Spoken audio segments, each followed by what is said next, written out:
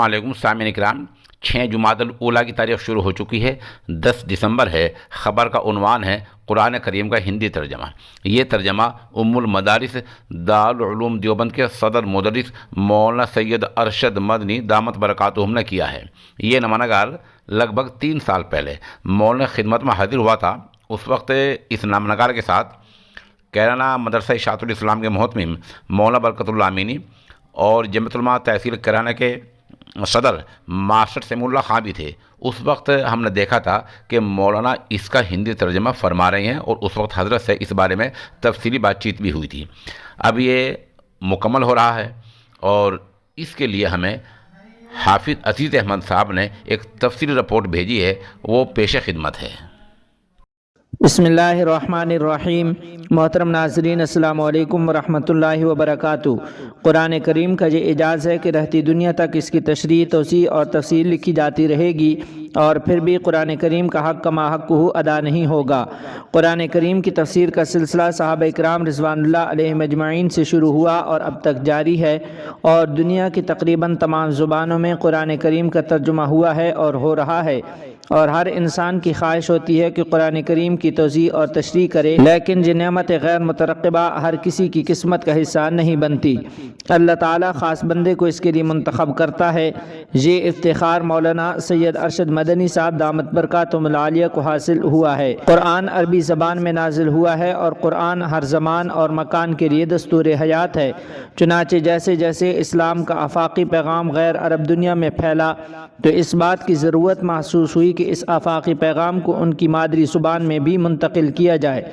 लिहाजा पूरी दुनिया में इस्लाम तालीमात और पैगाम के आम करने के लिए हर मुल्क के साहिब इल्म फज़ल और उलमाए किराम ने अपनी बिसात के मुताबिक कुरान करीम का तर्जुमा मकामी ज़ुबानों में किया। हिंदुस्तान में भी जब इस्लाम की रोशनी फैली और लोग हल्का बगोश इस्लाम होने लगे तो उलमाए किराम ने कुरान का तर्जुमा फ़ारसी में किया।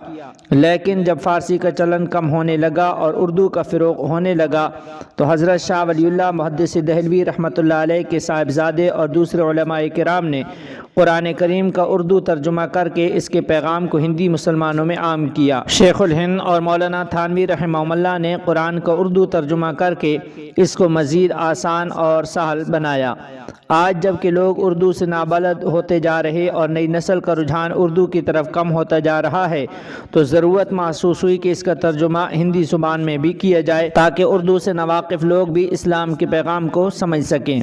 पिछले कुछ अरसा से कुरान की बाज़ आयात पर तरह तरह के एतराज़ात भी हमारे सामने आते रहे हैं। ज़ाहिर है कि ऐसा कुरान करीम के मफ़हूम को उसके सियाक़ व सबाक़ में न समझने की वजह से हो रहा है और ये चीज़ उन लोगों की तरफ से आई जो बराह रास्त कुरान से इस्तिफ़ादा न कर सकते थे बल्कि दूसरों के एतराज़ात से मुतासिर होकर उनके अंदर गलत फहमियाँ पैदा हो गईं। इसलिए उनके लिए भी कुरान की हिंदी तर्जुमा की ज़रूरत महसूस की जा रही थी। चुनाचे इसी ज़रूरत को महसूस करते हुए दारुल उलूम देवबंद के सदरुल मुदर्रिसीन, जमीयत उलमाए हिंद के सदर और अमीरुल हिंद हज़रत मौलाना सैयद अरशद मदनी साहब दामत बरकातुहुमुल आलिया ने कुरान करीम के पैगाम को आम मुसलमान और आम हिंदुस्तानी तक पहुँचाने के लिए कुरान करीम का हिंदी में तर्जुमा और तफसीर किया है। अगर इस तर्जुमा को हिंदुस्तानी ज़ुबान में तर्जुमा कहा जाए तो बेजा न होगा। इसकी खूबी ये है कि पहले कुरान करीम की आयत लिखी गई है, इसके बाद इसका हिंदी में आसान ज़ुबान में तर्जुमा किया गया है और फिर इसकी तशरीह और तौसीह की गई है।